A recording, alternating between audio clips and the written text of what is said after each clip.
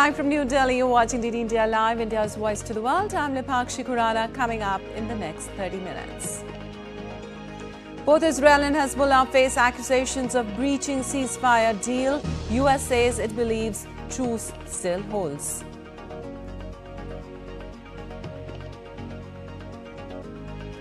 French government faces collapse as left and far right submit no confidence motions amid budget dispute.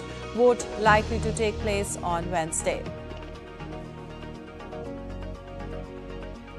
India's Prime Minister Narendra Modi to dedicate successful implementation of 3 new criminal laws to the nation in North India's Chandigarh. And in sports, 7th game between D. Kukesh and reigning champion Ding Liren in the World Chess Championship today. After 6 rounds, both players are tied at 3-3.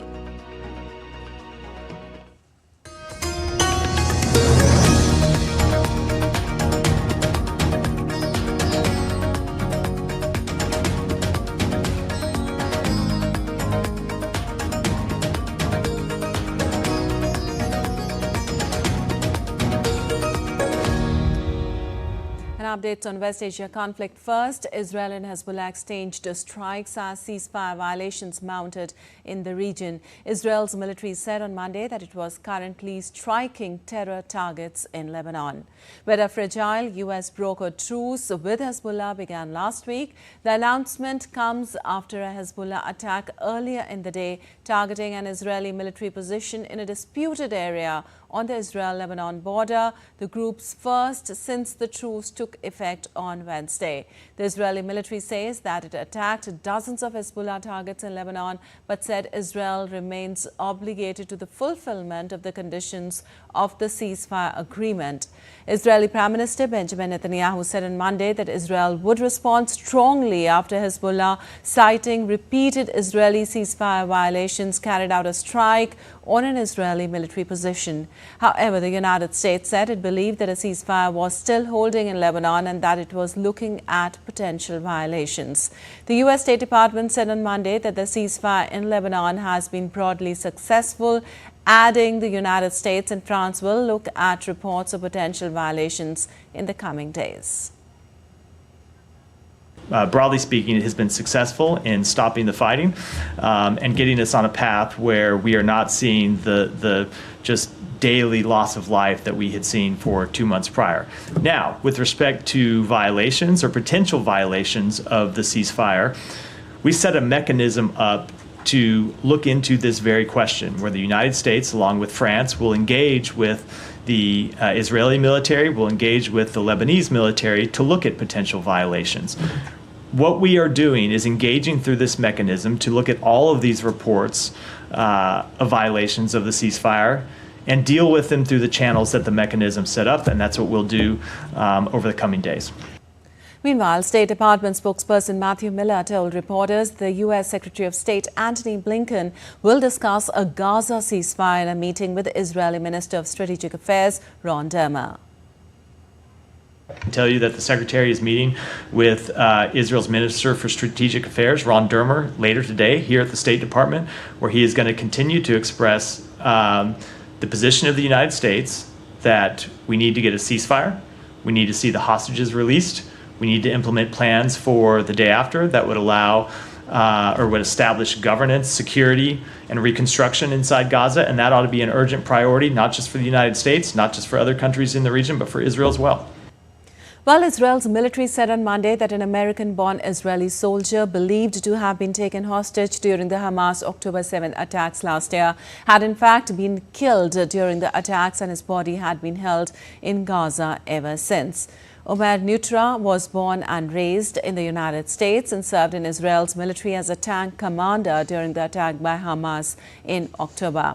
Israeli leaders, including Prime Minister Benjamin Netanyahu and President Isaac Herzog, offered their condolences to the Nutra family and vowed to return his body along with other remaining hostages from Gaza. U.S. President Joe Biden also issued a statement eulogizing Nutra and highlighted his dedication to building peace. And U.S. President-elect Donald Trump said on Monday there would be hell to pay in West Asia if hostages held in the Gaza Strip were not released prior to his January 20th inauguration.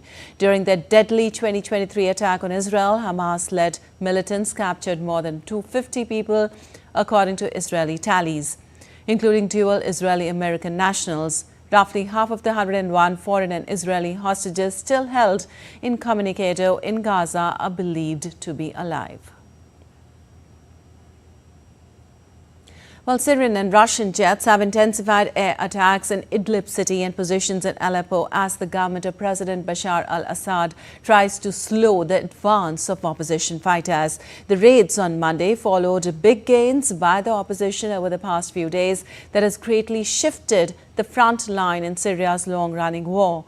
The dramatic advance by a coalition of Syrian opposition groups led by Hayat Tahrir al-Sham has slowed in the past 24 hours. However, opposition fighters are still on the outskirts of Hamas, south of Aleppo. Elsewhere, they have seized most of the city of Tel Rifat, where Kurdish-led Syrian Democratic Forces are calling for a humanitarian corridor to allow Kurds to safely evacuate.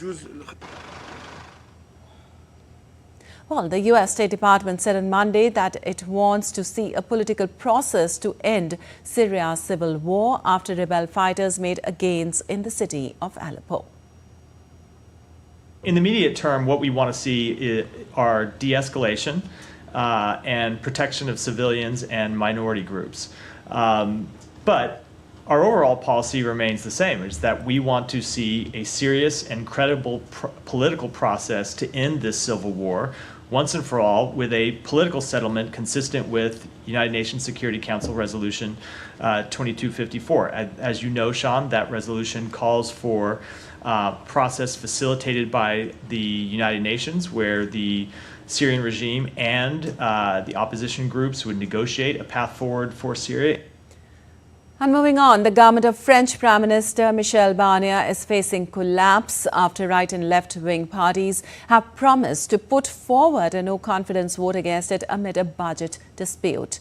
France's far-right leader Marine Le Pen said on Monday that her party, the National Rally, tabled a no-confidence motion against Barnier after he moved to force through budget measures without parliamentary vote. Left-wing politicians have also said they will introduce a similar motion. The left-wing coalition and RN have enough votes to topple the Prime Minister. They're expected as early as Wednesday. We are tabling a motion of censure and we are going to vote it because the French people have had enough. They have had enough of being thrashed. They have had enough of being mistreated. Some way we thought that with Michel Barnier, things would get better, but they were even worse. We cannot leave the situation as it is, and so we are going to use the strength given to us by our 11 million voters.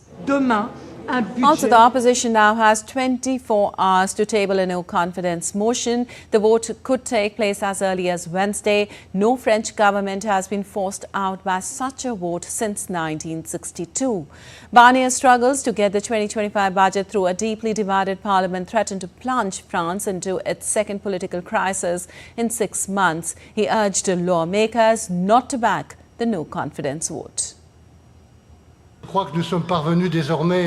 I think we have finally reached the moment of truth, which puts everyone in front of their responsibilities. It's now up to you, the nation's lawmakers, to decide if our country adopts a responsible budget bill, indispensable and useful for our fellow citizens, or if we rather enter into unknown territory. I sincerely think the French will not forgive us for putting the interests of individuals before the future of the country. Well, French President Emmanuel Macron meets with Saudi Crown Prince Mohammed bin Salman in Riyadh during the 3-day state visit focused on strengthening diplomatic and economic ties. French President Emmanuel Macron arrived in the Saudi capital Riyadh on Monday as his government looked close to collapse. Macron was welcomed to the royal palace in Riyadh by Saudi Crown Prince Mohammed bin Salman, attending a welcome ceremony and holding a meeting. Back at home, far-right and left-wing parties submitted no-confidence motion on Monday against French Prime Minister Michel Barnier. Barnier's fragile coalition will be the first French government to be forced out by no confidence vote since 1962 if the no confidence vote goes ahead on Wednesday as expected. And Romania's Constitutional Court on Monday validated the shock first-round result in the country's presidential election. It will set the stage for a runoff vote on December 8th, and that could upend its pro-Western orientation and undermine backing for Ukraine. The ruling clears the uncertainty that has hung over the nation since the court demanded a vote recount last week. The first round of the presidential election on November 24th saw independent Calin Georgescu emerge from relative obscurity to become the front-runner. It raised suspicions of outside meddling in the electoral process of a country that has been a staunch ally of Ukraine. Georgescu will now face centre-right contender Elena Lasconi in the December 8th runoff. The court decided unanimously, 1. To confirm and validate the results of the elections for the position of President of Romania in the first round of voting on November 24, 2024. 2. To organize the second round of voting for the election for the President of Romania on Sunday, December 8, 2024, in which Mr. Calin Georgescu and Ms. Elena Valerica Lasconi will participate. Well, on Sunday, Romania held a parliamentary election with the ruling leftist Social Democratic Party leading but far-right parties gaining a third of seats in the new legislature. Who gets to form the government will ultimately depend on who wins the presidential race, since the president designates a prime minister.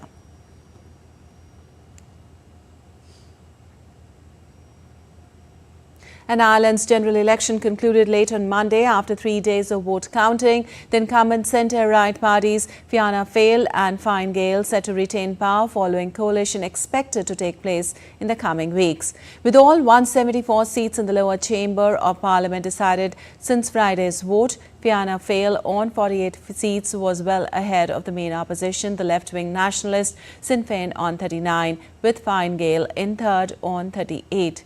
But support for the Green Party, the third coalition partner of the outgoing government, collapsed.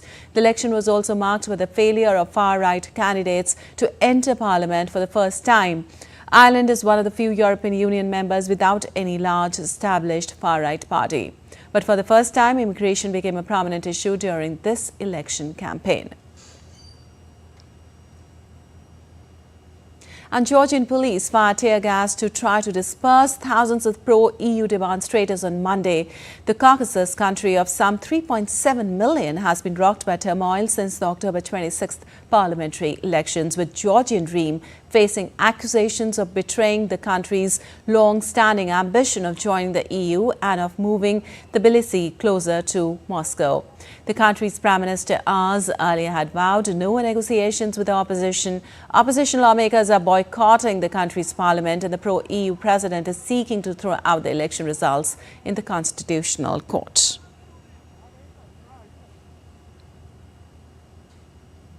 And moving on, Joe Biden has arrived in Angola on his first and only visit to sub-Saharan Africa as the U.S. president. The trip is seen as a bid to counter increased Chinese investment in the region. The visit is focused on U.S.-backed Lobito Corridor railway project, which links the resource-rich Democratic Republic of Congo and Zambia to the Angolan part of Lobito. The corridor would make it faster to export critical minerals like copper and cobalt, which are used to make batteries, to the U.S. During the trip, Biden will also meet with Angolan President João Lourenço. And U.S. First Lady Jill Biden unveiled the White House's holiday decorations under the theme A Season of Peace and Light, inviting National Guard families as the first guests to experience the festive display.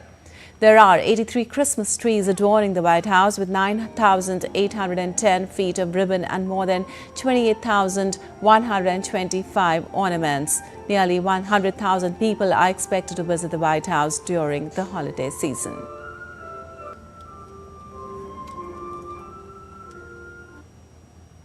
And still to come in this edition of DT India Live. President Murmu to confer national awards for empowerment of persons with disabilities.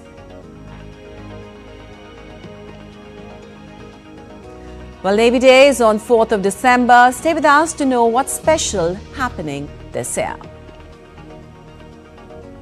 And in hockey, defending champions India to take on Malaysia in Men's Junior Asia Cup in Muscat.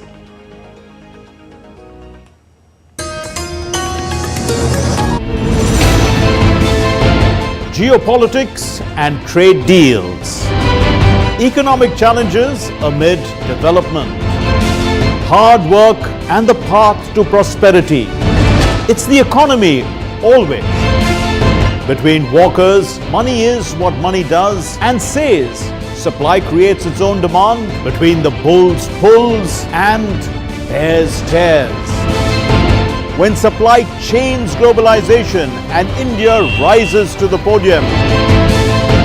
We'll get you centered with the economic brief at 8 p.m. every Thursday on DD India.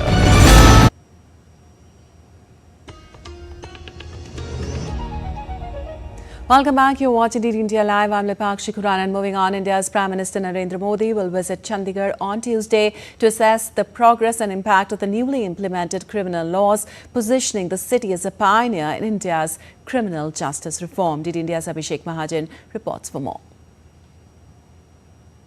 Chandigarh is all set to host Prime Minister Narendra Modi and Home Minister Amit Shah on Tuesday. During the visit, the Prime Minister will review the progress of 3 newly introduced criminal laws aimed at overhauling India's criminal justice system. To accommodate the expected crowd, meticulous arrangements for security, seating and logistics have been made. Prime Minister is coming on the 3rd of December to dedicate the implementation of 3 new criminal laws to the nation. Chandigarh being the first to start the preparations of implementation since last year in December 2023. We have come a long way. We have implemented most provisions of the new laws, notified all the requirements and set up all the institutions. We had to train our officers, procure manpower, equipments and infrastructure for implementation of the laws. An exhibition about the 3 new laws and their use shall also be displayed at the venue for the Prime Minister.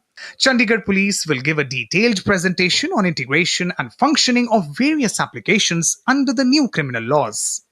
The police will also showcase the working of e-Saksha, Nyay Shruti and e-Summons applications.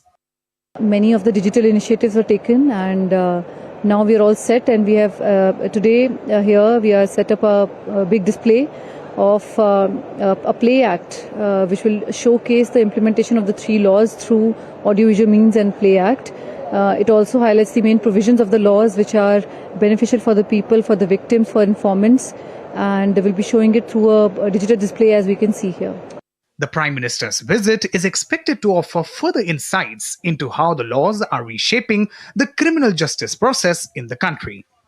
So the government has selected Chandigarh to host Prime Minister Narendra Modi's event on full implementation of 3 new criminal laws, and Chandigarh first among the states and the union territories to fully compliant with the 3 new laws. With cameraman Lalit, this is Abhishek Mahajan in Chandigarh for DD India. And the International Day of Persons with Disabilities, observed annually on December 3rd, celebrates the resilience, contributions and leadership of persons with disabilities worldwide. This day serves as a reminder of the global commitment to fostering inclusivity, advocating for the rights of PWDs and creating equitable opportunities for all. This year's theme is amplifying the leadership of persons with disabilities for an inclusive and sustainable future. India's initiatives exemplify the progress towards an inclusive and equitable future. As the global community comes together, the message remains clear. A truly sustainable and peaceful world can only be achieved by ensuring the full participation and leadership of everyone. And to mark the International Day of Persons with Disabilities 2024, President of India Draupadi Murmu to confer national awards for empowering persons with disabilities to 33 exemplary individuals, institutions and organizations for their outstanding contributions to empowering persons with disabilities. On the occasion, Union Minister for Social Justice and Empowerment, Dr. Virendra Kumar, will also unveil 16 transformative initiatives aimed at enriching the lives of persons with disabilities. These initiatives span inclusivity, innovation and technology, reinforcing the department's commitment to empowerment. And India's Environment, Forest and Climate Change Minister Bhupendra Yadav on Monday outlined India's efforts to address land degradation and desertification, aligning with the objectives of the UN Convention to combat desertification. Delivering India's statement during the ministerial dialogue on drought resilience at COP16 of the UNCCD in Riyadh, the minister described India's journey in combating land degradation and desertification. India's journey represents a transformative narration of commitment, innovation, and sustainable development. From global recognition of land degradation as a critical environmental challenge at COP5 to emphasizing community-driven land restoration at COP10, and thereafter the recognition of land restoration as a critical climate change strategy at COP14, to the global commitment to restore degraded land at COP15, we have all been equal partner in the journey. And shifting our focus to Cyclone Fengal, which is wreaking havoc across parts of South India. All schools will remain closed in the Union Territory of Puducherry and on Tuesday due to heavy rainfall caused by the cyclone. The local government will also provide monetary assistance to all ration card holders affected by the storm. The Indian Army and the National Disaster Response Force have been involved in rescue operations in flood-hit areas. Heavy rains have also damaged crops and boats.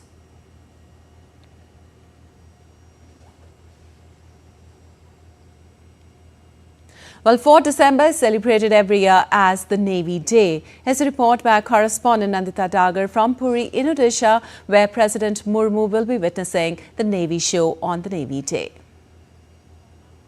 The Indian Navy celebrates its Navy Day on 4th of December every year. Why on 4th of December? Because in the 1971 war with Pakistan, the Indian Navy's missile boats absolutely lethally destroyed the Karachi harbour with their bombings, and that was Operation Trident. So this year too, on 4th of December, on the beach in Puri, the Blue Flag beach in Puri in Orissa, our President, Mrs. Draupadi Murmu, will be witnessing this Navy show or operational demo by the Navy, which will show how combat-ready, cohesive and future-ready the Indian Navy is. The Supreme Commander of the Armed Forces, President Draupadi Murmu, will witness the operational demonstration by the Indian Navy on Wednesday. The theme for the Navy Day this year is Combat Ready, Credible, Cohesive, Future Ready Force. The Navy have been deployed in the Gulf of Aden, southwestern Indian Ocean and the Arabian Sea for anti-piracy operations and to provide security to the crucial commercial sea routes. The Indian Navy remains the preferred security partner and first responder in the Indian Ocean region. In February this year, the Indian Navy conducted the multinational Milan at and off Visakhapatnam, where about 50 navies participated. It further strengthened the Indian Navy as a true blue water force in the Indian Ocean region. The Indian Navy also engaged actively with friendly countries and conducted a large number of bilateral and multilateral exercises, proving its reach, sustenance, and logistics capability. Indian Navy has provided humanitarian assistance to Tanzania after Cyclone Hidayah and to Myanmar in the aftermath of Typhoon Yagi. Navy teams were also engaged in relief and rescue operations in the aftermath of landslides in Wayanad, Kerala, and flooding in Karnataka, Telangana, and Andhra Pradesh. The Navy commissioned its second nuclear-powered ballistic submarine, Arighat, this year. The Navy has set up 2 task forces to focus on infusion of emerging and disruptive technologies, AI, ML, robotics, quantum computing, etc. The Navy is a flag bearer of Make in India, 62 ships and 1 submarine being constructed in various Indian shipyards. The Narendra Modi government has approved the construction of 2 nuclear-powered submarines to be designed and constructed indigenously. Indian Navy's commanding presence in the high seas ensures safety and security of India's maritime interests. with new helicopters such as MH-60R, submarines, a display of warships, Marcos commandos in action. This is going to be an action-packed day, not just for the president, but here for the people of Orissa, who will witness this Navy Day on the Blue Flag Beach in Orissa. Several platforms such as choppers, such as MH-60Rs, you can see them in action. The Navy is also constantly acquiring new assets. It is not just a brown water Navy, it is a blue water Navy with significant deterrence for India's enemies, and it is also protecting India's maritime interests. With camera person Mormukut Sharma in Puri in Odisha, this is Nandita Dagar for DD India.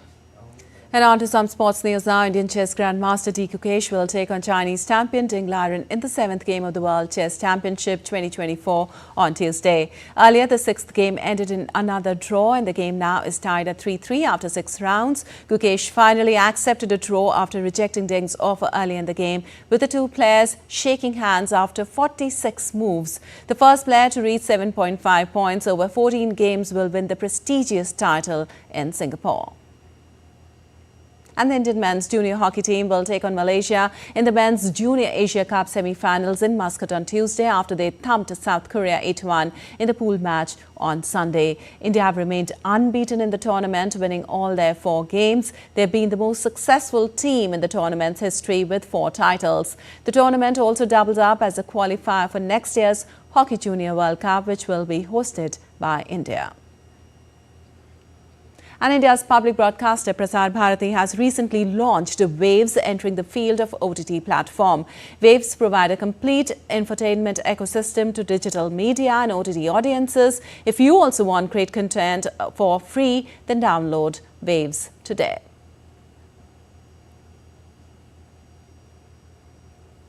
All right, that's all for this edition of DD India Live, but let us know your thoughts on the news of the day. For those on the go, you can get all the latest news and updates from India across the world on the DD India mobile app. The app is available on both Android and iOS platforms.